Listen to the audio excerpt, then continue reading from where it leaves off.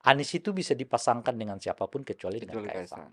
Karena Kaisang itu jelas akan merosotkan apa namanya elektabilitasnya. Dua ini ya Anies sama PDI dan PKS bisa bergabung menjadi satu kalau Kaisang masuk. Kalau Kaisang misalnya dicalonkan dengan kandidat gubernur yang lain, Masih harus bertarung gitu ya. waduh bertarungnya susah banget gitu. Tapi kalau dengan Ridwan Kamil ya mungkin lebih mudah gitu. Bagaimana kalau Ridwan Kamil akhirnya memilih tidak mau Tidak mau maju di di Jakarta Jakarta? misalnya. Dia lebih memilih di Jawa Barat gitu. Gimana kalau Nah, itu menarik? dia.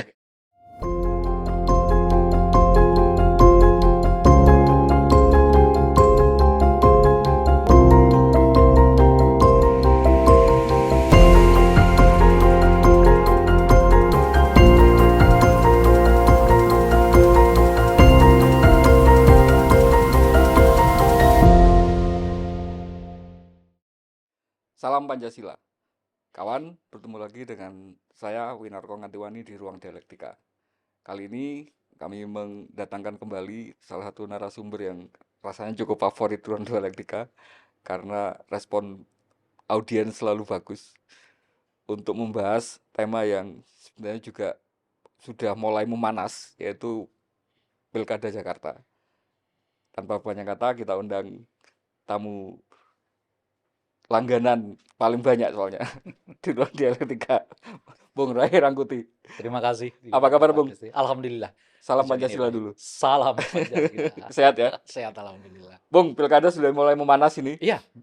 Eh, Sepertinya akan menjadi juga semacam etalase dari pertarungan pilkada di berbagai tempat karena Mm-mm. akan serentak. Karena juga di sini kemudian sudah mulai muncul gelagat-gelagat yang itu akan menjadi pertarungan ulang sepertinya dari Mm-mm. Pilpres kemarin, Mm-mm. yaitu kubu antara paslon 01 Mm-mm. melawan kubu 02, 01 dan 03 melawan kubu 02 gitu ya. Betul. Nah, ini gimana Bung Bung Rey melihat perkembangan terakhir di dinamika Pilkada Jakarta ini? Seperti yang Anda sebutkan tadi, Hmm. ini boleh disebut setengah dari apa namanya persaingan di Pilpres gitu. Rematch gitu ya. Iya. Dan saya kira suasana itu memang apa namanya itu tidak terbantahkan kan. Karena pertama tentu meskipun ibu kota negara sudah pindah ke Kalimantan, tapi wibawa Jakarta sebagai kota politik itu juga belum hilang dengan sendirinya gitu. Nah, yang kedua ada soal apa namanya, soal bukan image sih, soal setidaknya kan kita udah lihat dua kali Jakarta itu menelurkan calon presiden gitu. Sehingga dengan begitu mungkin apa namanya daya tariknya masih cukup kuat secara Kan di politik ya. gubernur kepala Gubernur Jakarta itu Jakarta akan untuk sangat bisa potensial. potensial menjadi calon presiden gitu ya. Nah, yang ketiga tentu ada semacam suasana untuk itu tadi membendung makin meluas dan makin kuatnya pengaruh nepotisme di dalam Jakarta gitu ya, khususnya di Jakarta gitu. Tapi secara menyeluruh ya tentu se-Indonesia begitu ya. Nah, jadi faktor-faktor inilah kelihatan yang membuat pilkada di Jakarta ini tetap hangat gitu ya, sehangat yang sebelum-sebelumnya, meskipun sebetulnya variabel-variabel lain telah berganti. Nah, variabel yang lain berganti itu kan misalnya bukan lagi apa namanya ibu kota negara gitu Hmm, ya. Yang kedua dalam bukan hanya Jakarta, tapi kan Jawa Tengah juga udah menelurkan calon presiden calon dalam hal presiden. ini Pak Ganjar gitu ya. Jadi ada sebetulnya pergeseran nih, Hmm. bukan hanya Jakarta tapi Jawa Tengah ya. Boleh jadi besok-besok Jawa Timur juga ya atau Jawa Barat juga sangat potensial juga untuk menelurkan calon presiden di masa yang akan datang gitu. Nah, tapi fenomena Jakartanya sendiri sejauh ini kelihatan belum merosot terlalu jauh gitu. Pamornya masih Pamornya juga. masih kuat. Dan oleh karena itulah kelihatan sekali semua kekuatan politik ya ingin terlibat di dalamnya gitu ya, baik yang besar maupun yang kecil mengambil kesempatan gitu. Apalagi dimulai dengan drama gitu, gitu kan. Jadi sudah panggungnya ini memang jadi sorotan, Ada lagi ternyata dramanya lagi kan. episodenya hampir Iya, sama juga. seperti yang pernah terjadi di Pilpres ya, di Nah, mana itu mungkin biar di highlight juga. Apakah kemarin keputusan MA untuk merubah pasal yang kemudian memungkinkan faktor umur yang itu sebelumnya menghambat mhm, salah satu menghambat seseorang untuk mencalonkan diri karena belum cukup usia ini, itu kemudian sama atau dengan logik yang sama dengan yang dilakukan oleh wakil presiden di MK kemarin. Hampir sama menurut saya gitu. Karena bahkan pada tingkat tertentu putusan MA ini bacaan saya, tentu saya bukan ahli hukum, eh, jauh lebih lebih melenceng gitu loh menurut saya. Kenapa gitu? Karena putusan MA itu sama sekali menurut saya nggak merujuk ke redaksi undang-undang gitu, atau redaksi dalam ayat dalam undang-undang itu Belum gitu. sebagai sebuah aturan yang dirujuk seharusnya Iya, gitu ya. karena kan kenapa saya katakan begitu? Karena di aturan itu dengan tegas dinyatakan di undang-undangnya ya, syarat peserta calon pilkada. Calon ya, ingat itu ya, Iya, iya, calon iya. pilkada. Jadi yang dihitung itu adalah Ketika dia jadi ketika orang itu berusia 30 tahun kala dia mencalonkan diri, bukan kala dia jadi pejabat negara. Gitu loh kira-kira tuh. Itu jelas di undang-undangnya.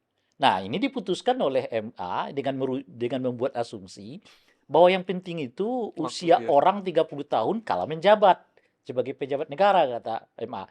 Itu logik saja, tapi kalau Anda mau berpikir begitu ya ubah redaksi undang-undangnya dulu. Jadi jangan calon peserta gitu loh di situ tuh, tapi calon pejabat negara. Baru masuk. Orang itu bisa dihitung minimal usianya 30 tahun. dan itu bagi Bung Rem melencengnya Oh, keterlaluan ya. iya, Anda bisa bayangkan kan calon peserta gitu kan. Artinya dihitung sejak yang bersangkutan ya ditetapkan sebagai calon kan, sebagai calon peserta Mm, mm, mm. pilkada kan gitu. Kecuali redaksinya itu mengatakan calon pejabat negara. Usianya minimal 30 tahun. Ah, kita hitung sejak dia dilantik. Nanti Logiknya kan di situ gitu loh maksud saya. Nah, itu pertama tuh. Nah, yang kedua, setelah kita lihat-lihat semua, hampir semua jabatan publik ya atau jabatan negara yang mensyaratkan minimal usia itu dihitung skala yang bersangkutan ditetapkan sebagai calon peserta. MK begitu, ya kan KPK begitu. jadi mereka proses Penyelenggara, pendaftaran awal itu ya ininya ketika yang bersangkutan dinyatakan sebagai sah sebagai peserta proses seleksi seleksi itu gitu ya. ya, di situlah dihitung minimal usia. Hampir di semua proses seleksi ya. Di MK begitu, di KPK begitu, di KPU begitu, Bawaslu begitu, KY begitu, semua. Bahkan di MA-nya sendiri gitu loh, Pak.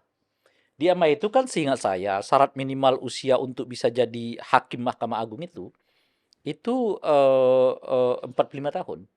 Nah, kapan dihitung 45 tahun itu? Ketika yang bersangkutan dinyatakan sah sebagai calon Ya. untuk seleksi. Bukan yang bersangkutan mau dilantik gitu loh, Pak. Jadi ini sendiri putusan ini bertentangan dengan apa yang sering dilakukan di Mahkamah Di Agung gitu. praktek-praktek untuk Iya, seleksi seleksi di gitu. lembaga-lembaga lain Iya, ya. gitu kira-kira. Jadi banyak argumen saya lah soal itu, tapi cukup yang dua ini menurut Ada saya. misalnya gini yang kemarin tuh juga rame. Lah, kalau misalnya ditetapkan nanti waktu dilantik, emang orang tahu pas dilantiknya itu kapan gitu kan? Nah, itu argumen ketiga. Nah, sebetulnya argumen ketiganya itu adalah soal pelantikan itu bukan lagi ranah KPU. Dia itu ranahnya presiden. Gitu. Nah, tentu saja KPU tidak bisa mengukur Mm, orang itu mm. berusia kapan karena ranah pelantikan itu ada di luar jadwal pilkada Iya. itu gitu. Belum lagi kalau misalnya ada pilkadanya ada tahapan diulang putaran kedua Itu misalnya gitu kan. itu udah dihitung lah itu. Nah, jadi kan 30 tahun itu udah dihitung semua kan. Nah, persoalannya kita temui sekarang, faktanya sekarang kapan hasil pilkada 2000, November 2024 ini akan dilantik? Belum ada jadwalnya sampai sekarang oleh pemerintah gitu. Nah, kalau begitu Ngukurnya enggak, tanggal berapa ngukur tanggal berapa 30 nggak ada tahun itu? sampai sekarang loh. Cuma diancar-ancar bulannya bulan ini gitu ya. Tapi tanggal berapa kita nggak tahu. Nanti ini KPU ngitungnya gimana coba?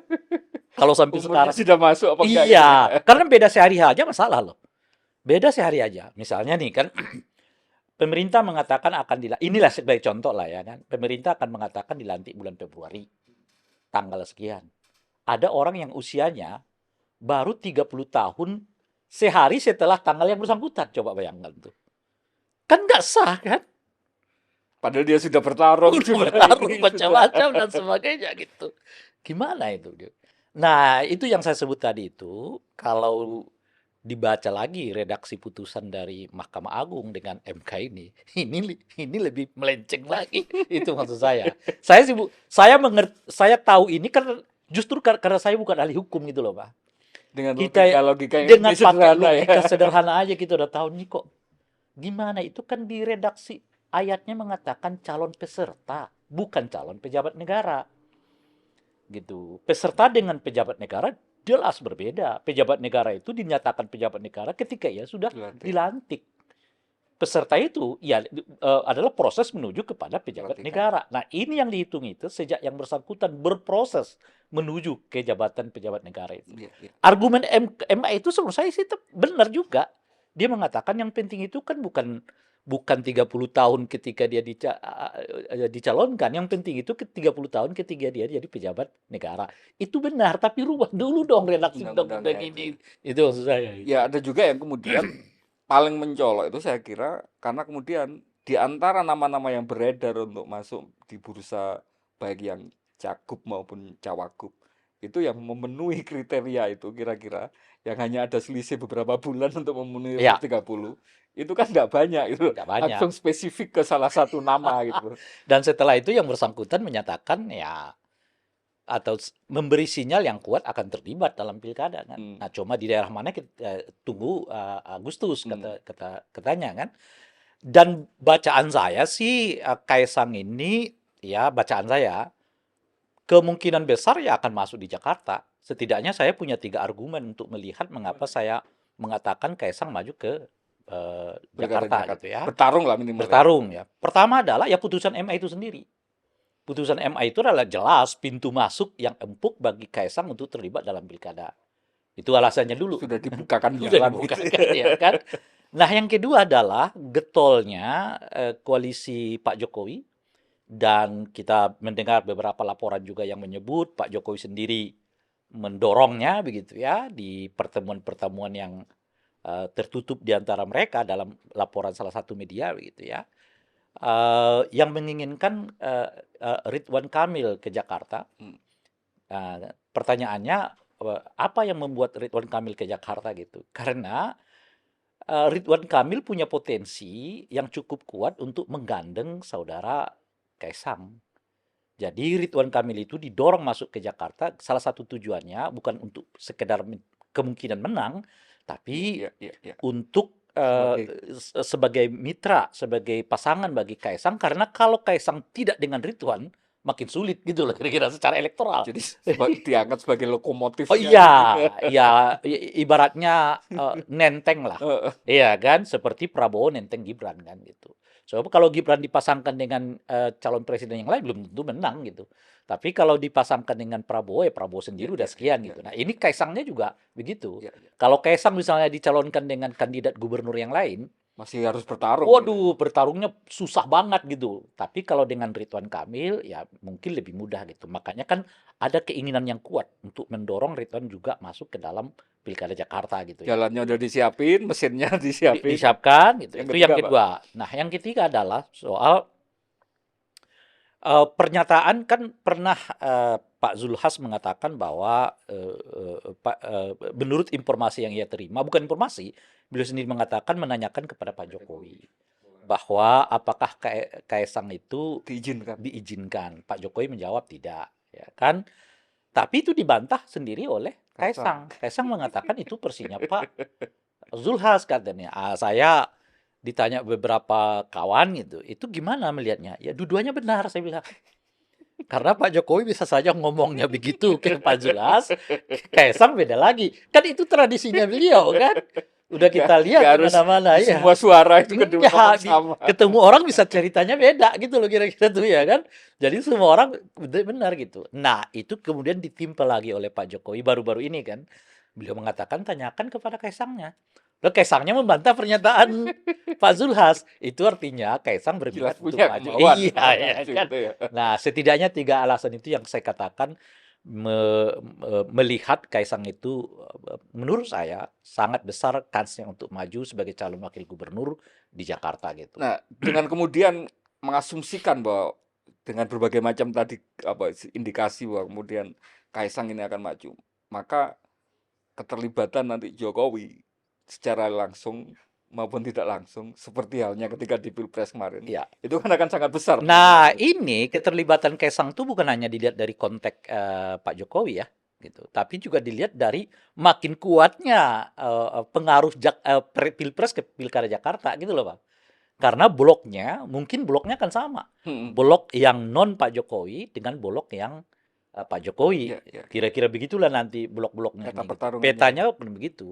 Nah, menariknya itu kan karena di Pilpres itu ada tiga. Nah, faktor Kaisang memungkinkan konsolidasi di lingkungan non Jokowi itu menjadi satu. Nah, ada yang mengatakan kan begini, Pak, Anies kalah kok di Jakarta dengan Prabowo. Iya, karena saat itu ada tiga pasangan Ya, kan. ya, ya, ya. Ya, jadi suaranya yang non Pak Prabowo itu terbelah dua Ya, ya, ya. gitu. Tapi kan kalau diakumulasi keduanya kan jelas keduanya menang dibandingkan dengan Pak Jadi kalau Prabowo gitu. pasangan 03 sama 01 Nah, dijadikan satu, jadi kalau Kaisang maju ada potensi justru misalnya ya PDIP dengan PKS atau dengan Nasdem macam-macam itu bisa bersatu. Kalau Kaisang maju sebagai calon wakil gubernur gitu kira-kira ya. Nah, jadi oleh karena itu saya katakan tadi, kehadiran Kaisang di Pilkada Jakarta itu juga dapat mengubah peta si Pilkada Jakartanya di luar soal apakah Pak Jokowi nanti akan terlibat. Ya jelas lah gimana lagi. Nah, cuma kan keterlibatannya seperti disebutkan oleh Mahkamah Konstitusi nggak bisa dibuktikan. enggak Meskipun bisa dirasakan gitu loh kira-kira itu. Seperti berdasarkan. angin lah ya kan. Angin itu kan nggak bisa kita buktikan Jadi tapi kita bisa seolah-olah rasakan. kemudian ini menjadi semacam, ya bukan berkah lah kalau nyebutnya. Tanpa didesain, dengan kemudian munculnya Kaisang ini, maka mau nggak mau pertarungan Pilkada Jakarta itu nanti akan mengikuti pola pertarungan Pilpres gitu ya. Ya saya kira bukan hanya di Jakarta, besar kemungkinan akan ada pola copy paste ya terhadap pelaksanaan Pilpres kemarin. Salah satunya adalah pendistribusian bansos yang begitu masif terhadap masyarakat gitu. Nah, tinggal kita lihat apakah masyarakatnya itu punya sensitivitas yang kuat terhadap upaya-upaya yang bersifat pembelian suara gitu atau tidak gitu. Nah, kalau itu dikontekkan dengan Jakarta, saya kira kurang tepat. Jakarta bukanlah pemilih yang memiliki apa namanya itu eh, eh, apa istilahnya itu ya, yang mudah diiming-imingi Hmm. dengan praktek-praktek yang bersifat politik uang gitu. Jadi Bansos nggak laku lah kira-kira ya gitu ya. bansos nggak laku meskipun mungkin nggak dipakai, mungkin ya gitu. Karena saya sudah menyebutkan tadi pola ini kelihatan akan dipakai nih di hampir semua pilkada gitu ya, karena efektif untuk mendulang suara Berdasarkan Pilpres kemarin. berdasarkan pengalaman di Pilpres dan tidak oleh KPU MK nggak bisa dibuktikan. Itu yang paling penting tuh. Putusan MK yang nggak bisa membuktikan itu yang paling penting. Betapapun Seolah-olah nyetempel, ya nggak apa-apa oh lah sampai nggak ini gitu dengan ya. sendirinya mengatakan nggak bisa kok dibuktikan. Gitu loh. Kan semasif apapun pemberian bansos itu pada akhirnya di MK nggak bisa dibuktikan. Oleh karena itu ya mungkin Fair akan game lah. dipakai. Iya dibuka. Ini udah pasar pasar bebas lah ya kan. Tinggal banyak-banyakan ini aja apa namanya ya, banyakan pengaruh ke kan sekarang PJ-PJ kan gitu ya. Banyakan-banyakan pengaruh ke PJ-PJ itu gitu. Nah, pola yang sama mungkin masalahnya bukan masalahnya ya. Jadi situasi ini akan tergantung pada daerah mana. Nah, kalau di Jakarta, saya nggak terlalu yakin masyarakatnya bisa tergoda dengan praktek-praktek yang seperti itu. Tapi boleh jadi akan ada model-model yang Ya, lain. mungkin Bung Rey bisa cerita sedikit agak mundur, bagaimana kemudian Jakarta itu ya secara histori pertarungan apa pemilihan kepala daerah itu agak berbeda polanya dengan kemudian daerah yang lain gitu, kaitannya dengan imunnya terhadap serangan-serangan politik uang dan Dua sebagainya. pilkada yang sebelumnya, ya 2014 dong ya. 2000 Nah, waktu 2000 ya 2000 2012 2012 2012 ya, Jokowi yang Jokowi maju. maju. Kemudian 2017 ya, Ahok dengan Anies ya. Dua-duanya ini boleh disebut tanpa praktek politik uang loh. Di Jakarta ya, boleh disebut tuh. Itu memang gairah masyarakatnya gitu. Ketika Pak Jokowi maju, masyarakatnya justru nyumbang, nyetak baju sendiri, ya kan, spanduk sendiri, ya kan, Itu menghadiri. melawan incumbent kan ya? Iya saat itu Pak Fauzi Bowo kan gitu. Dan partainya juga sedikit saat itu yang mendukung Pak Jokowi kan gitu ya. Dan masyarakatnya yang punya gairah. Jadi Anda mau iming-iming macam-macam pun nggak bisa gitu. Di Pilkada Jakarta 2017 juga begitu. Ingat loh ya, sebelum PDIP mendukung Ahok, PDIP itu sudah dapat dukungan hampir 1 juta dari warga Jakarta. Karena saat itu dia deklarasi sebagai calon independen kan atau calon persorangan. dan mendapatkan sumbangan biaya yang begitu besar untuk yang bersangkutan, dalam ini Ahok, maju di Hmm, dalam hmm. pilkada daerah khusus Jakarta gitu. Saat Relawan itu Ahok DKI gitu. macam-macam itu ya. Iya, karena itu orang lihat ada unsur apa namanya itu prestasi sebelum kemudian peristiwa identitas itu muncul. Gitu. Jadi orang Al-Maida, orang semua mengukurnya dari soal prestasi. Orang merasa prestasi yang dilakukan oleh Ahok itu cukup bagus, mengubah wajah kota Jakarta yang ya kita kenal lah sebelumnya begitu, makin modern, itu ya makin ya indah lah untuk dinikmati, transportasi juga makin baik. Nah orang kemudian mengatakan Ahok maju lagi, sampai kemudian ada proses apa namanya itu, ada peristiwa Al-Maidah itu gitu. Nah jadi kalau dilihat dari peristiwa ini gitu ya, itu yang saya katakan, saya nggak terlalu yakin warga Jakarta itu bisa diiming-imingi dengan uang, mengingat pengalaman yang kita sebutkan di 2012 maupun 2017 itu gitu. Dengan kemudian hari ini pola yang sama itu, kekuatan-kekuatan itu akan bertarung. Kira-kira faktor apa kalau misalnya yang tidak apa istilahnya tidak terkait sama uang yang itu akan lebih mempengaruhi? Nah itu yang saya katakan tadi. Nah ini yang perlu dicari kira-kira apa nih model yang akan dipakai gitu. Kan kalau kita lihat di Pilpres itu ada 3 model lah ya. Model pertama adalah soal bagaimana TikTok dioptimalkan ya Media kan, sosial ya, media sosial. Jadi nggak perlu isi, yang penting adalah gaya, joget-joget. joget-joget macam-macam gitu. Itu apakah itu laku di masyarakat Jakarta atau tidak? Itu pertanyaan gitu. Nah, yang kedua adalah ada upaya semacam penyerangan terhadap personal-personal kan melalui media sosial juga, termasuk di dalamnya kriminalisasi. Kalau Anda ini ya kriminalkan, kalau Anda ini kriminalkan gitu. Nah, itu apakah akan dipakai juga? Ya kita nggak tahu. Nah, yang ketiga model di Pilpres itu ya bansos gitu. Nah, nah yang bisa saya katakan laku atau tidak laku itu adalah di bansos. Kalau di bansos ini saya kira nggak terlalu banyak pengaruhnya ke warga Jakarta. Tapi kalau nomor satu, nomor dua, yaitu penyebaran citra melalui TikTok, dan yang kedua tanda kutip ya pembunuhan karakter plus juga dengan kriminalisasi, Kriminalisasi, itu saya nggak bisa jamin. diancam dengan kasus dan Macam-macam macam-macam gitu ya. gitu loh kira-kira ya. Termasuk yang paling susah itu kan kepada elit-elit politiknya gitu loh Pak. Elit-elit politiknya yang ditekan gitu. Sehingga tidak optimal untuk mendukung pasangan mereka sendiri masing-masing gitu. Nah itu yang menurut saya paling paling dikhawatirkan. Kalau ke publiknya nah, mungkin nggak terlalu efek apa banyak lah gitu. Tapi kan Hmm, elit-elitnya nih. hmm, hmm, hmm. Elit-elitnya itu yang kan model di Pilpres. Iya, iya, Elit-elitnya iya, yang iya, iya. ditekan ya, Dengan kasus, diingat-ingatkan dengan ya kasus ini, kasus itu dan seterusnya gitu. Nah, apakah 3 model ini akan dipakai atau ada model keempat, kelima yang tengah disimpan? Saya nggak tahu gitu ya. Tapi kalau berkaca dari 3 model ini, saya kira model yang ketiga saya itu yang saya sebut nggak terlalu yakin saya untuk di Jakarta gitu. Bisa efektif gitu. Oke, sudah dijelaskan pemain-pemainnya, panggungnya sangat menarik. Ada lagi kemudian konstelasi ini, Bung, tadi yang rematch tadi ya. Hari ini ketika kemudian kemarin misalnya PDIP sudah melakukan kongres, tapi kemudian tidak ada semacam apa keputusan tegas ini Hmm. mau berkoalisi atau di luar pemerintahan.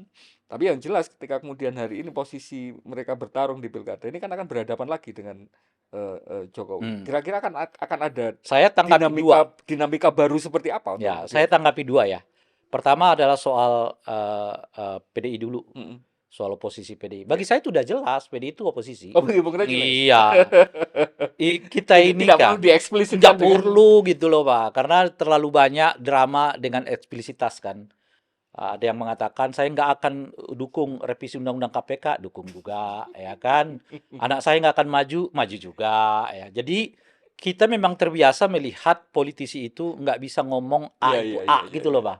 B itu B gitu kira. Jadi sehingga kita selalu mencari-cari makna di belakang makna gitu. Ini Bagi berarti kita sedang diajari Bu Mega untuk berkomunikasi politik saya ya. kira Ibu Mega mau mengatakan politik itu apa yang Anda ucapkan itu yang dipegang gitu. Sikapnya ya. Iya.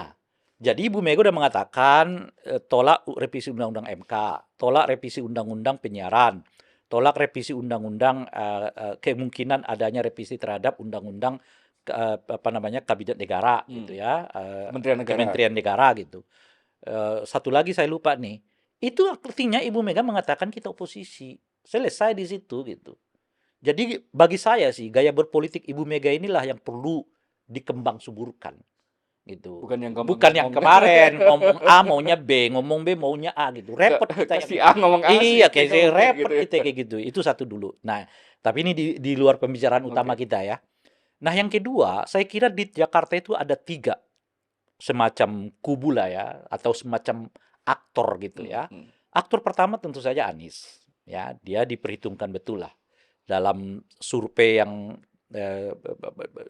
beredar tapi belum diumumkan secara formal gitu. Anies itu katanya udah di atas 30%. Kira-kira gitu ya. Jadi ini aktor pertama Ya nih. kan dia incumbent. Karena dia boleh disebut incumbent ya. Aktor yang kedua adalah PDI Perjuangan dan PKS Ya, ya. gitu. Karena mereka adalah peraih suara terbanyak di Pemenang Jakarta pilek ya. gitu. Ya. Nah, aktor yang ketiga ada dan ini yang saya sebut non Jokowi. Kira-kira begitulah salah satunya ya. Meskipun nanti ini akan masuk ke dalam. Nah, yang ketiga adalah koalisinya Pak Jokowi. Nah, inilah kira-kira peta di Jakarta ini. Nah, saya mau mengatakan tadi di awal, dua ini ya, Anies sama PDI dan PKS bisa bergabung menjadi satu kalau Kaisang masuk. Tapi kalau Kaisang tidak masuk, petanya bisa tiga-tiganya maju gitu. Jadi mungkin ada 3 calon. Tiga mungkinnya. Nah, Anies malah bisa ditinggal oleh PKS menurut saya. Kalau misalnya Anies nggak memberi tempat yang cukup layak dan patut bagi PKS, yaitu duduk sebagai calon wakil gubernur bersama dengan Anies Baswedan gitu ya. Kalau kemudian apa namanya ini Anies mengabaikan itu, ya PKS pergi dalam bacaan saya. Ya, ya, Nah, ya. cuman ada cumannya nih. PKS ini di dalam tradisi negosiasinya itu lemah, Gitu ya. gitu loh kira-kira tuh. Pertama, waktu pilkada tahun 2017 yang lalu, kan mereka udah usung Sandiaga Uno dengan Mardhani Alisera. Gagal tuh. Lalu paketnya Anies Baswedan dan Sandiaga Uno kan. Kemudian Sandiaga Uno calon wakil presiden kan. Wakilnya Pada Prabowo dia zamannya 2019. Prabowo 2019 kan. Lalu ada negosiasi. Negosiasinya kan mestinya jatahnya PKS kan sebagai calon wakil gubernur pengganti Sandiaga. Ya, ya, Kenyataannya ya, tetap ya, Gerindra ya, gitu. ya. Dari dua peristiwa ini saya mengatakan yang menarik dari PKS itu adalah ketidakmampuannya melakukan negosiasi gitu. Suaranya elektoralnya bagus. Iya, elektoralnya bagus, tapi Deal-deal dibalik. negosiasinya nggak terlalu kuat gitu. Nah, apakah peristiwa yang sama akan terjadi 2024 ini? Saya tidak tahu. Tapi saya naikkan dulu call-nya dia tentu paling tinggi kan. Ya karena dia pemenang kan. Pemenang Jawa, gitu ya. Jakarta. Dan suara terbanyak di Jakarta kadernya dia juga. Dalam hal Hmm. ini adalah Pak Mardhani Ya, Alisera ya, kan ya, gitu ya. Jadi saya naikkan call-nya dulu, dia wakil gubernur. Nah, tentu saja dipasangkan dengan Anies Baswedan gitu. Nah, sejauh ini kelihatan Anies Baswedan belum membuat sinyal apakah dia akan menerima tawaran PKS atau menerima tawaran yang lain gitu. Jadi masih opsional kelihatan tuh. Nah, oleh karena itu kalau kemudian misalnya Anies mengabaikan suaranya apa namanya PKS gitu, bisa saja PKS melakukan koalisi dengan PDI Perjuangan gitu.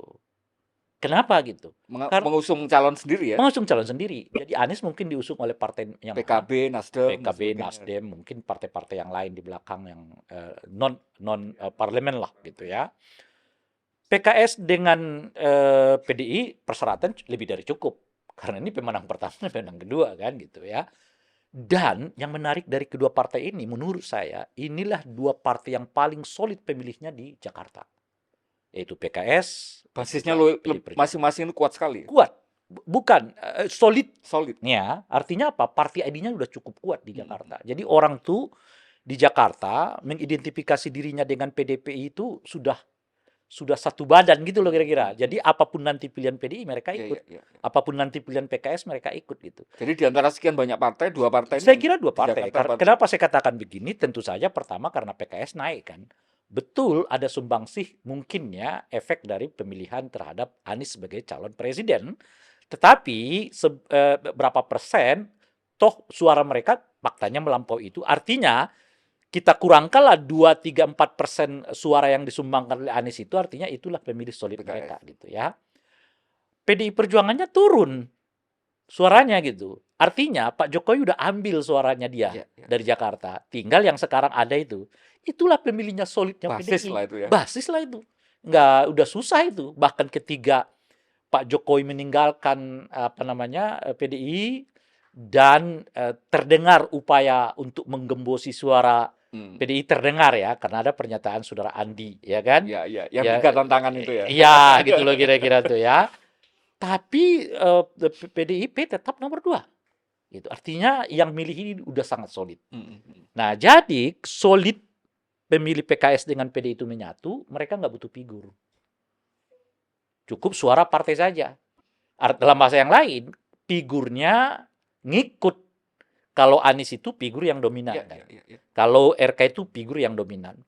Tapi kalau PKS dengan Menarik, menarik. PDI menyatu, mereka nggak butuh figur. Siapapun Artinya siapa yang akan jadi figurnya, cagup atau cawagup mereka nggak ya terlalu ini sudah solid nih. berpengaruh ya. Ya udah solid nih kan. Nah, apa istilah? Tentu tidak mereka nggak boleh sembarangan juga kan. Mereka harus cari figur yang tetap mendukung soliditas partai kan. Nah, oleh karena itu nama-nama yang memungkinkan didorong itu akan maju. Apakah itu dari PDI, apakah itu dari PKS gitu ya. Di PDI saya kira banyak nama yang bisa disodorkan kan.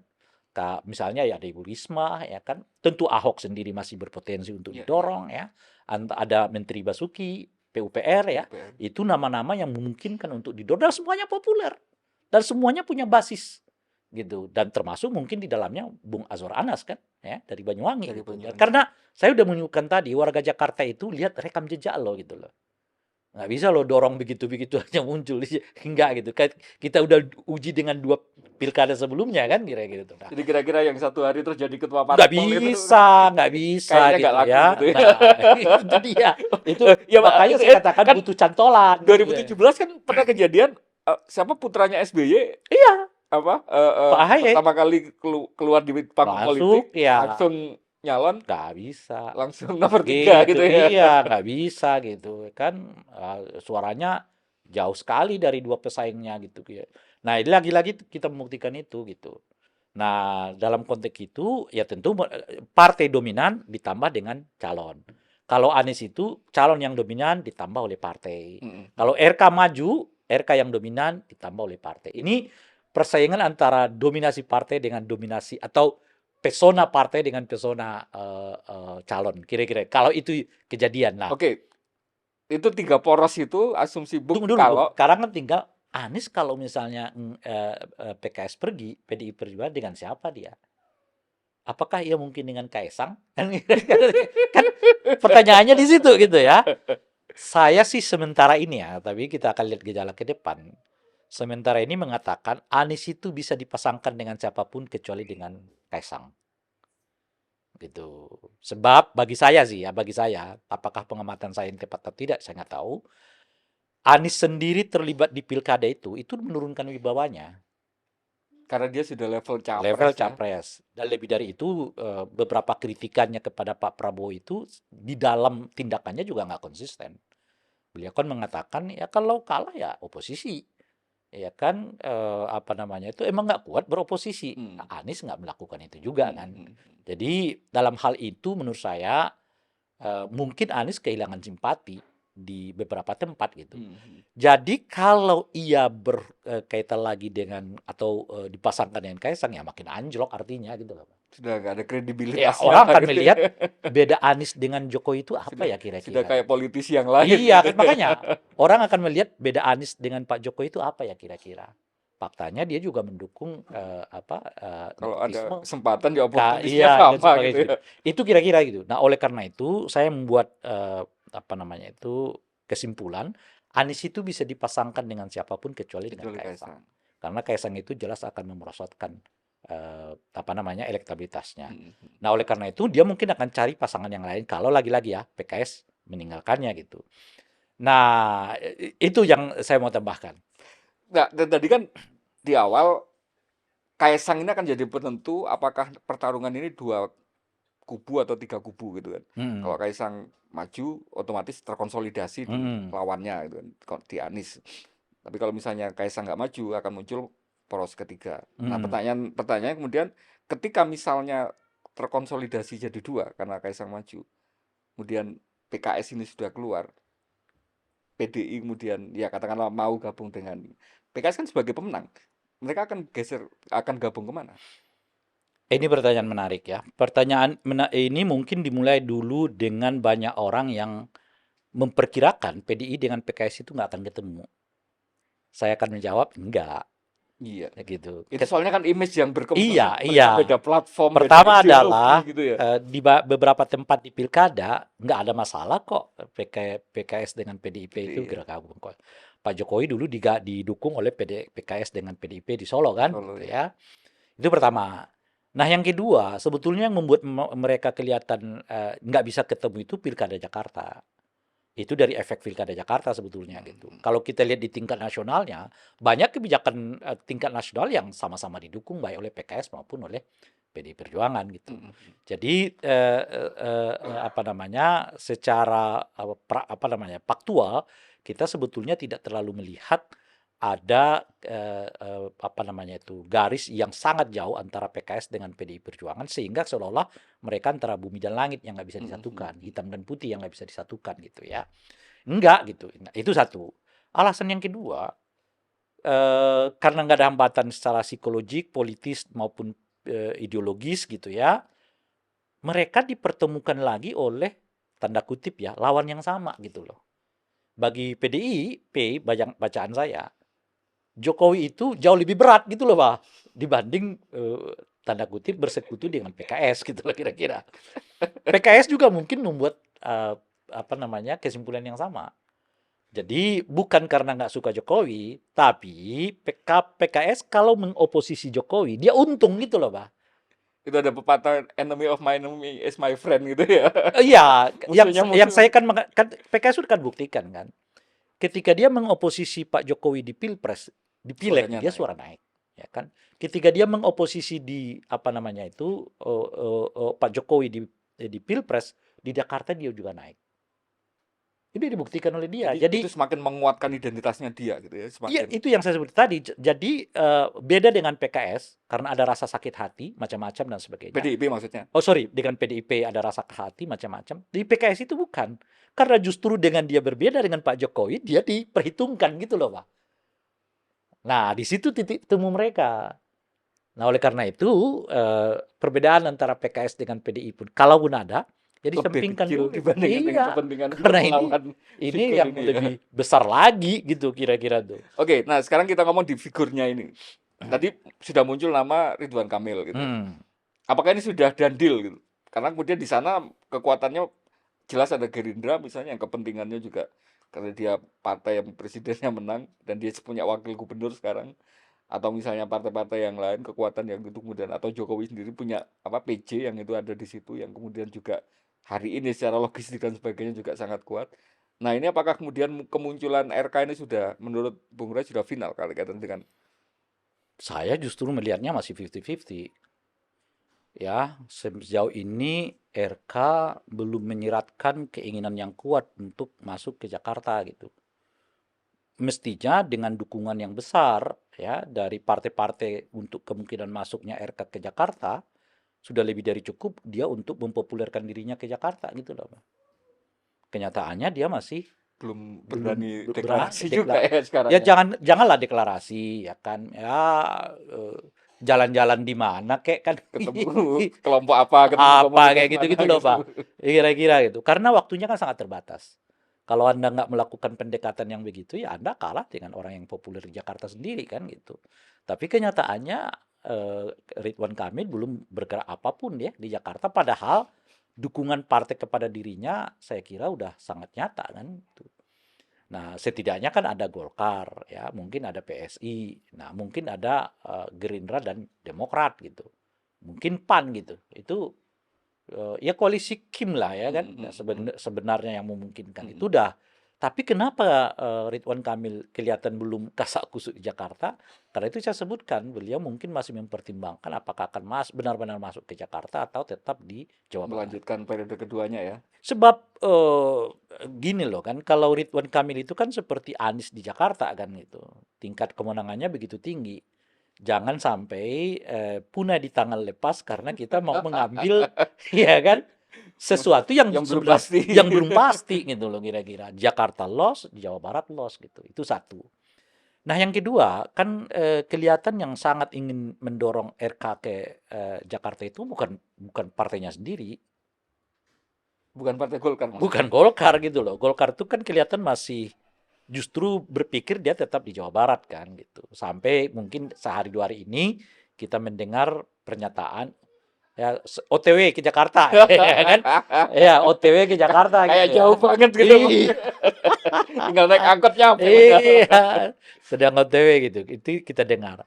Nah, yang kita dengar kuat mendorong apa namanya Ridwan Kamil ke Jakarta itu kan Gerindra. Dan tentu saja yang kita dengar dari istana Istana. gitu ya kan. Nah, jadi dua pertimbangan ini gitu. Nah, pertimbangan yang ketiga adalah dia juga berpikir siapa wakilnya. Saya membacanya seperti saya membacanya ke Anies, kalau Mm-mm. wakilnya itu adalah Kaisang, saya kira dia berpikir juga. Pertarungannya akan sangat kuat. Bukan itu saja, tetapi apakah Kaisang ini mampu mendongkrak suaranya dia gitu loh, Mbak. Sebab ada sentimen yang kuat loh ya di Jakarta itu non Jokowi gitu. Kuat di Jakarta itu Jadi gitu. itu beda ya dengan kemudian dulu apa Prabowo gandeng Gibran ya untuk kebutuhan kan katanya ada kepentingan dari Prabowonya sendiri untuk memastikan. Oh iya, karena kan banyak basisnya Pak Jokowi Hmm, kan. hmm, hmm, Di Indonesia Timur ya Pak Jokowi umumnya, Jawa Tengah Pak Jokowi hmm, bisa hmm, ambil kan. hmm, hmm. Tapi Jakarta itu bukan basisnya Pak Jokowi gitu. Nah, tadi kembali faktanya Prabowo menang iya karena ada dua suara yang terpecah di situ. Iya, iya, iya. Kalau suara itu digabungkan enggak kok. Hmm, hmm. Prabowo nggak menang di Jakarta gitu. Dan pengaruh Pak Jokowi di Jakarta menurut saya kecil. Paling sebatas pemilihnya PSI ya gitu. Yang masuk ya di Jakarta itu gitu. Nah, jadi menurut saya ya kayak Ridwan juga berpikir Tidak serta-merta dengan enggak. kemudian anak Artinya presiden digandeng itu. justru karena itu saya sebutkan kalau Ridwan Kamil bersama dengan Kaisang, potensi negatifnya justru sangat kuat kepada Ridwan Kamil gitu. Karena ini meskipun mungkin mau dibuat polanya seperti Pilpres, tapi Jakarta kan beda. Anda nggak bisa perlakukan seperti itu gitu. Sensitivitas anti nepotismenya juga kuat di Jakarta gitu. Jadi bukan hanya sentimen terhadap Pak Jokowi, tapi juga sensitivitas anti Kenapa? Kenapa, nepotisme. Bung? Ya, selain mungkin ini kota besar, tingkat pendidikan masyarakat lebih tinggi, ada nggak faktor lain yang kira-kira membuat apa nepotisme itu sesuatu yang akan dihukum dalam tanda petik oleh elektoral di Jakarta? Saya kira waktu waktu yang berjalan ini memperlihatkan kepada publik memang nepotisme ini kalau terus-menerus dipahami sebagai gejala yang biasa-biasa saja, norma-norma saja, ya kita akan ditelikung oleh nepotisme ini gitu. Nah, setidaknya orang kan udah lihat peristiwa BUMN kan.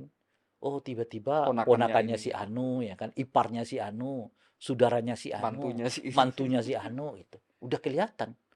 Jadi itu muncullah satu persatu fakta-fakta dari apa yang kita sebut dari awal dahulu bahayanya nepotisme itu kalau dibiarkan gitu.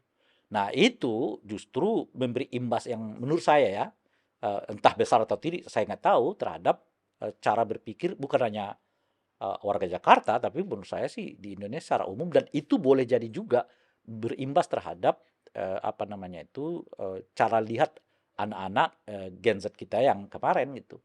Udah melihat kok gitu. Nah, yang kedua adalah soal tingkat kepuasan Pak Jokowi juga. Nah, apakah dengan situasi seperti sekarang kita menyebut dolar naik Ah, ya, pekerjaan ekonomi ya, makin faktor iya, ekonomi ya. pekerjaan makin sulit dan Sudah seterusnya kerasa itu gitu ya. masyarakat. Apa namanya, tingkat kepuasan itu masih di angka 78 sekian 80% khususnya di Jakarta gitu. Artinya kalau tingkat kepuasan Pak Jokowi terus menurun, ya kan? Ya tentu publik Jakarta juga berpikir untuk mendukung siapapun yang didorong oleh Pak Jokowi gitu. Nah, itu varian yang lain yang saya mengatakan bahwa apa istilahnya itu ya, Ridwan Kamil ya berpikir keras apakah kalaupun dia ke Jakarta lalu dipasangkan dengan Kaisang gitu. Jadi Ridwan Kamil sudah tidak lagi terlalu percaya dengan Jokowi efek gitu ya kira-kira ya. Oh iya, itu pasti akan diukur. Itu dan saya nggak tahu tapi boleh jadi bacaannya makin menurun gitu loh, Pak.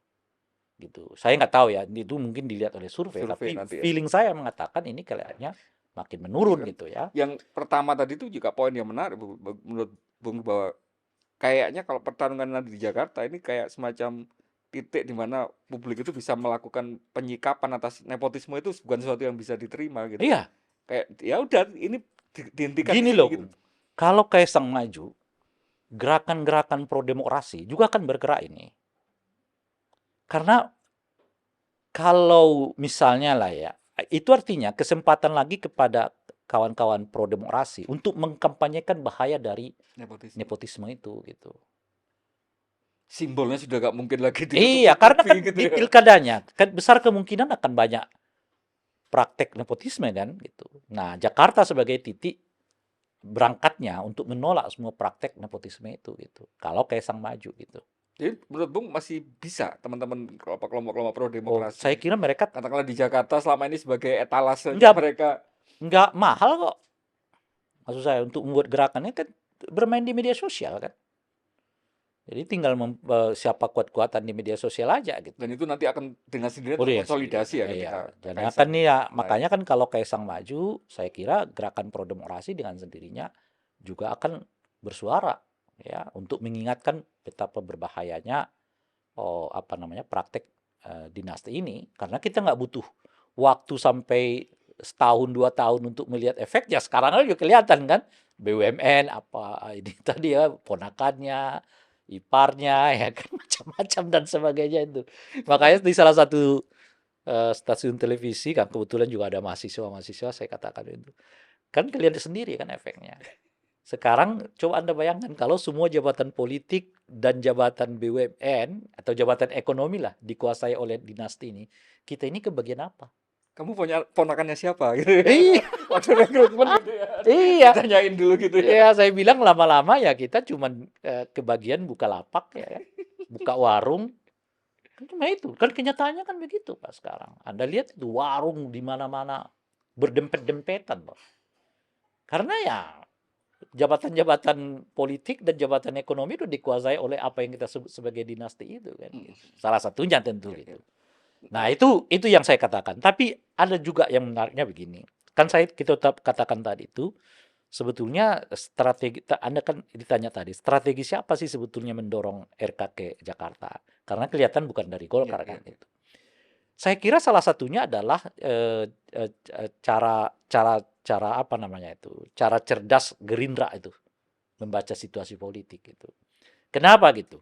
Karena kalau RK ke Jakarta, kan yang unggul itu kader dia di Jawa Barat, Jadi Mulyadi itu ya. Deddy Mulyadi gitu.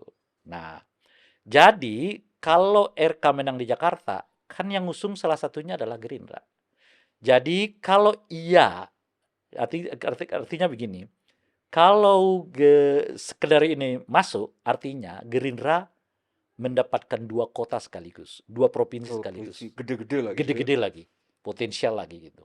Jawa Barat dia pegang, lalu Jakarta dia pegang. Kan cerdas menurut saya strategi mendorong RK itu. Jadi keluarin aja biar kader mereka yang dominan di Jawa Barat itu. Tapi disitulah menurut saya persoalannya di Golkar.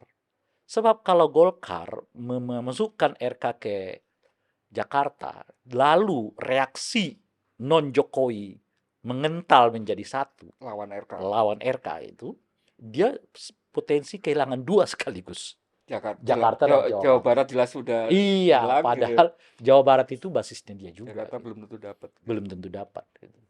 Nah, menurut saya ya di situ juga apa namanya berpikir kerasnya Golkar apakah akan mendorong kadernya yang kelihatan sudah bakal menang di Jawa Barat ini dipindahkan ke Jakarta yang masih 50-50 gitu loh ya kira-kira ya.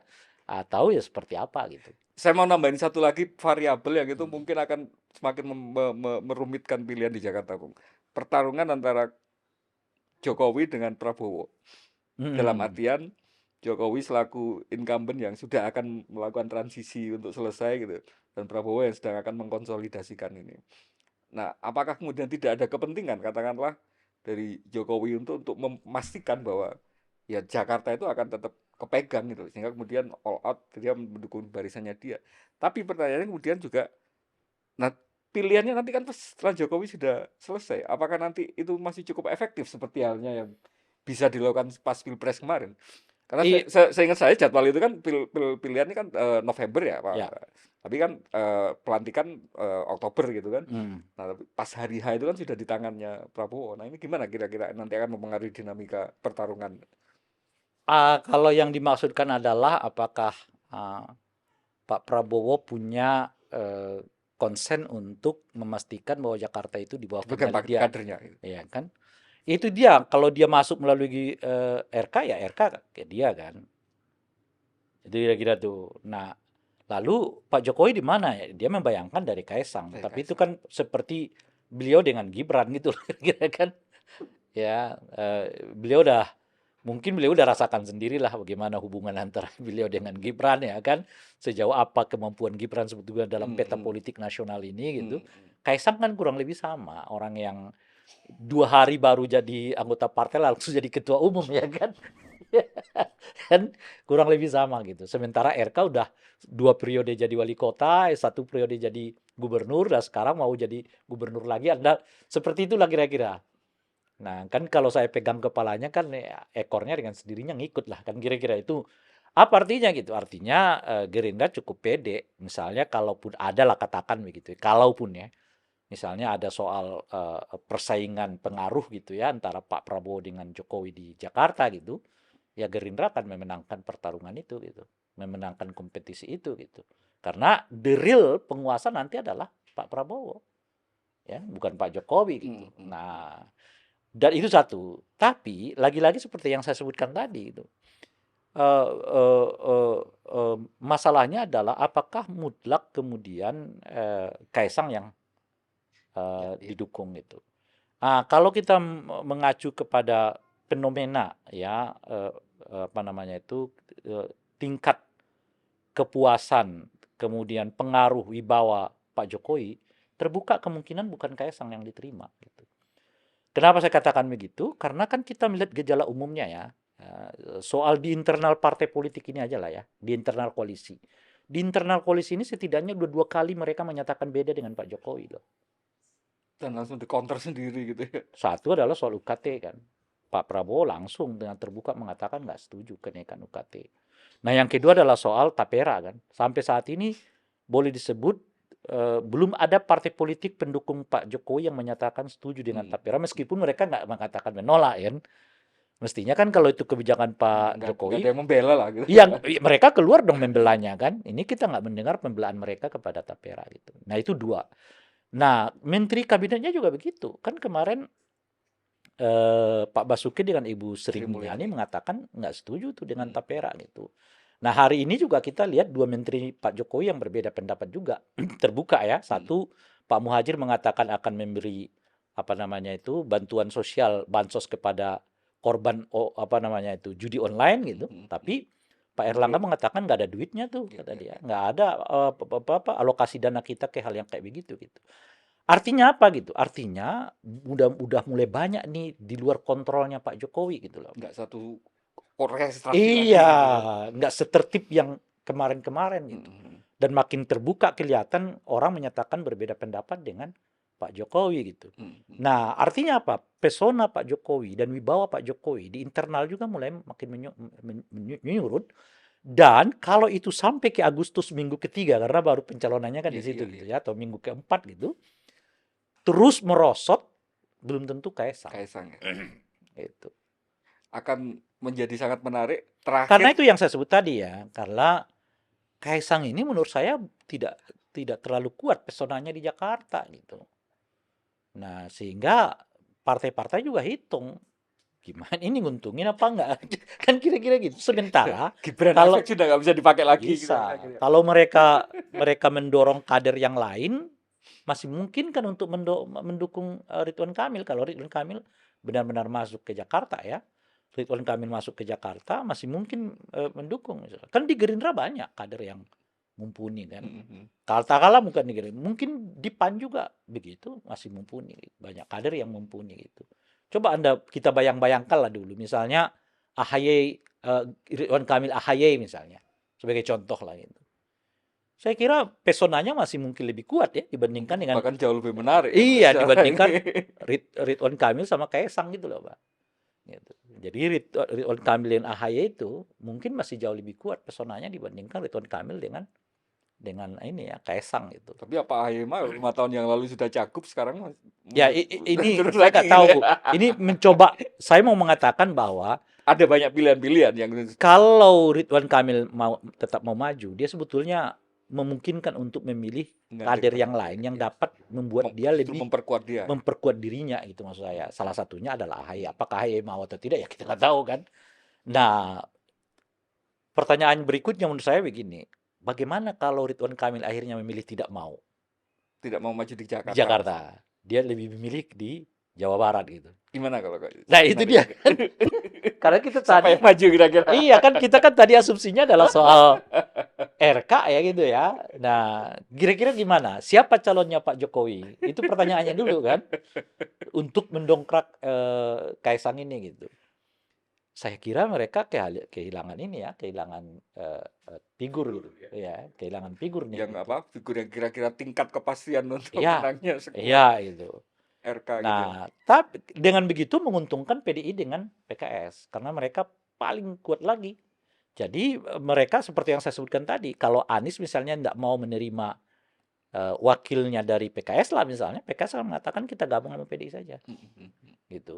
Jadi besar kalau Kaisang nggak ada, Ridwan Kamil nggak ada, gitu. Petanya cuma dua, Anies versus PDI atau PKS gitu. Jadi di tengah-tengah ini PKS. Dia bisa ke Anies, dia bisa ke PDI Perjuangan gitu. Tapi kalau ada RK gandeng sama PKS, gandeng sama Kaisang, makanya Ya duanya petanya akan mengkonsolidasi. mengkonsolidasi diri gitu. Karena ada faktor itu. Tapi kalau Ridwan Kamil bukan dengan Kaisang, ya misalnya tadi kan katakanlah misalnya siapa gitu ya, jadi nggak usah kita sebutkan nama yang lain, siapalah gitu, boleh jadi 3 kandidatnya di Jakarta gitu. Jadi 3 kandidat Jakarta kalau Kaisang nggak masuk. Tapi kalau Kaisang masuk, kandidatnya cuma 2.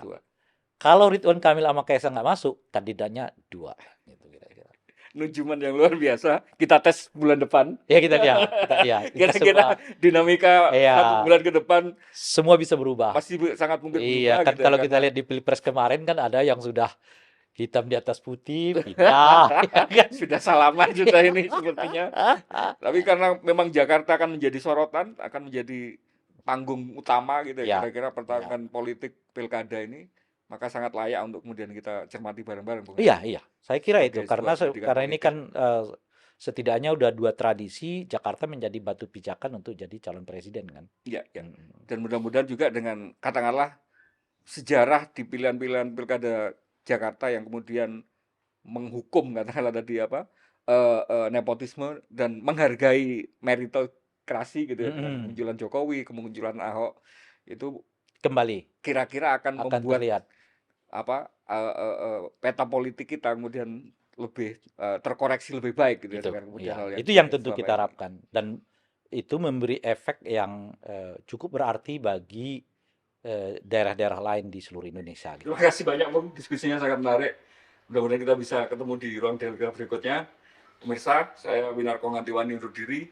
Salam Pancasila. Terima kasih Bung. Sama-sama. Terima kasih banyak.